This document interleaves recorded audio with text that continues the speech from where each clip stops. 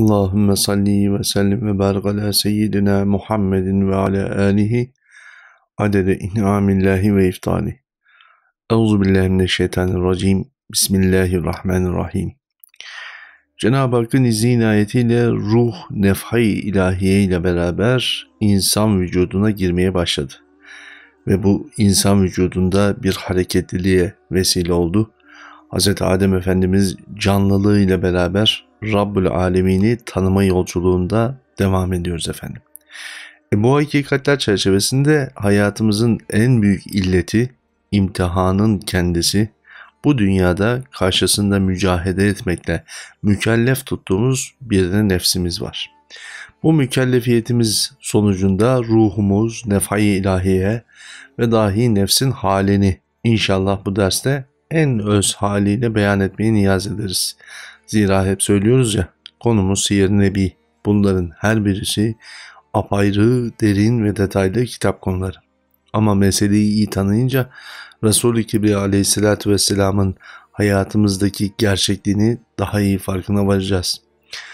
Onlardan bir tanesini de bu dersin içinde delillendirmiş olacağız aynı zamanda. Bu konuları da Resul-i Kibriya aleyhissalatü vesselamın bahsettiğimiz konu içerikleriyle ilgili gelecekte gelecek, siyer yolculuğumuzda gelecek olan konularında delili hükmünde olacak.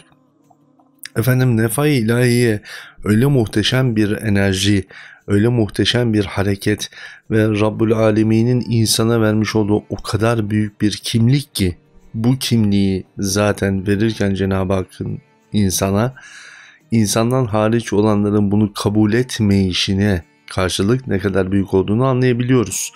Zira insanın kabul ettiği bu nefai ilahiye tabiriyle böyle ifadelendirilmiş, diğer bütün dağlar, taşlar biz bunu kaldıramayız diyorlar. Kaldıramayız diyorlar çünkü kendilerinde var olan vakfiyet, kendilerinde var olan özellik bu verilecek olanı taşıyabilme kabiliyetinde değil.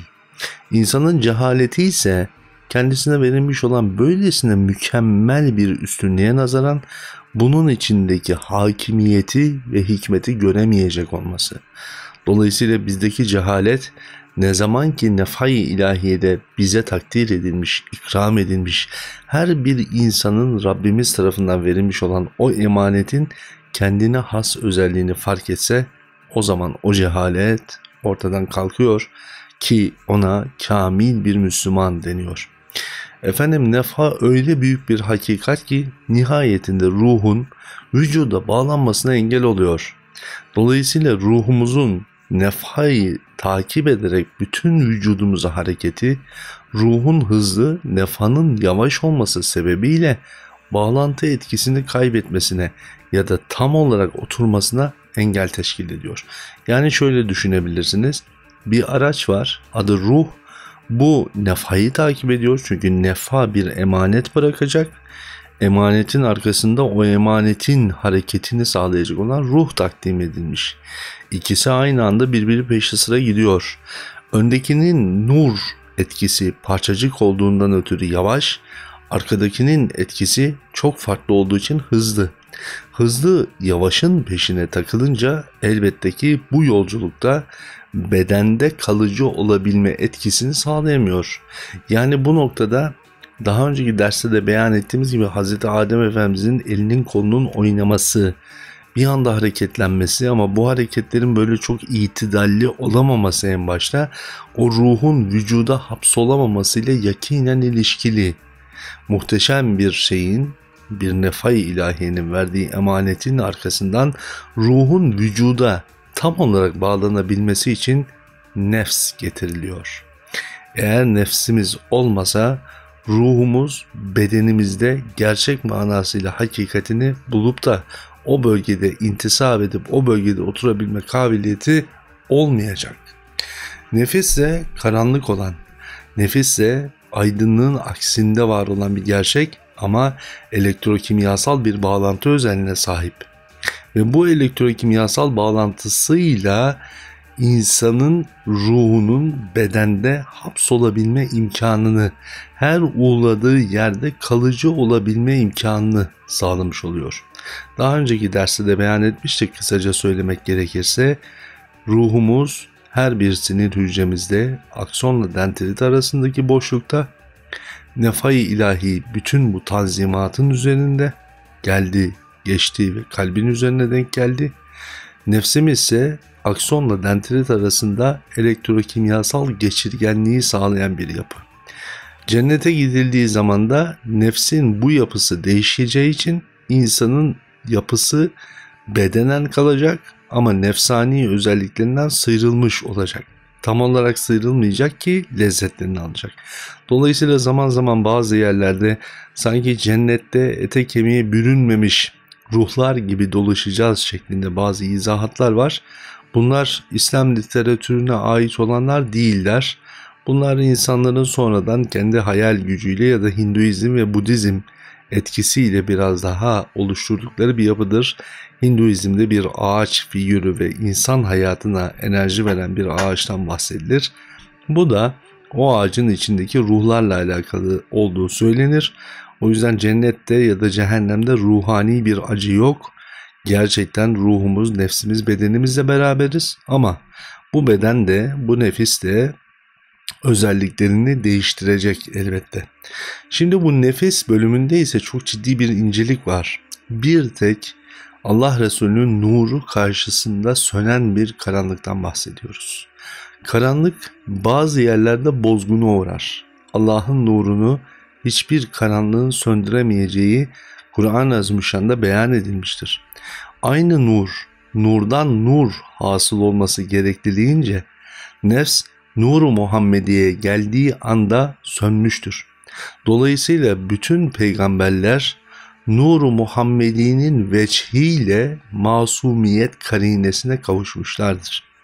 Bu noktada Allah Resulü'nün ve ondan önce gelmiş olan peygamberlerin masumiyet ilkesi, yani günahsızlıklarının kesin ve kat'i oluşu, fiziksel olarak da dini olarak da bu anla olan ilişkisinden kaynaklandığını böylece delillendirmiş oluyoruz.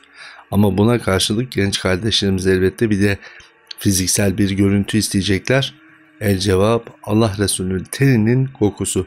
Onun muhteşem güzelliği, muhteşem güzel kokusu, terlediği anda terinin gül kokması, nefsinin elektrokimyasal bağ yapısında tamamen kontrol mekanizmasını insanın normal emmare seviyesinde olmadığının da bir işareti, bu söylediğimiz sözün de kat'i delillerinden biridir. Efendim, nefs getirildi, artık ruhun nefai ilahiye ile beraber vücuda enjekte olamaması durumu ortadan kalktı. Ruhumuz nefis sayesinde ve ne yazık ki illetiyle artık vücudumuza hapsolacak. DNA'nın bir hazır kodu var ki bu kod nefsi kendi içine çekti. Zira DNA'mızın yapısında 23-23 olan şu anki formumuz Hz. Adem Efendimiz'de 46-46 şeklindedir. Bu Hz. Havva'mızın yaratılış mekanizmasında biraz daha detaylandıracağız. Hücrelerimiz tabiri caizse bu anda bir çift çekirdek yapısına sahiptir. Bugün de yeryüzünde var olan çift atomların varlığından henüz pek haberleri olmasa da yakın bir gelecek bunları gösterdiğimizde yine bunun delili olarak kullanılabilecektir. DNA'nın hazır kodu bu karanlık olan nefsin vücudumuza artık bir işlevsel özellik sağlamasına gayret edebilecek niteliğini sağlamıştır. Nefs işte bu noktada bedene tabiri caizse ruhun ve nefhai ilahiyenin bir tık diye tabir edebileceğimiz kadar bile olmayan bir andan öncesinde girmiş, vücudu buna göre hazır etmiştir ki artık ruh nefhai ilahiyenin ardından vücut ülkesinde kalabilir olmuştur. Bu nefsin bedene girişiyle beraber duyularımız gelişmiş, sinir sistemimiz aktive olmuştur. Duyularımızın gelişmesi kodların oluşturulmuş olmasını sağlamıştır. Böylelikle insanın duyma, görme, anlama kabiliyetleri artık mükemmeliyet seviyesine ulaşacaktır. Dolayısıyla insanda var olan nefs de hayvanda ve diğer var olan nefs gibi değil, onun gibi ama ondan öteye olan bir emanetin taşıyıcısı olduğunun göstergesidir. Karanlık her türlü aydınlığa karşı savaşır Ama aydınlığın birbirine olan üstünlüğü karanlıkla izah veya bir karşılaştırmaya, bir mukayeseye mümkünat tanımaz. Hakikat o ki Rabbimizin bize takdir ettiği bu beden işte bu yolculukla yavaş yavaş hayatına başlayacak. Ama bir eksiğimiz var.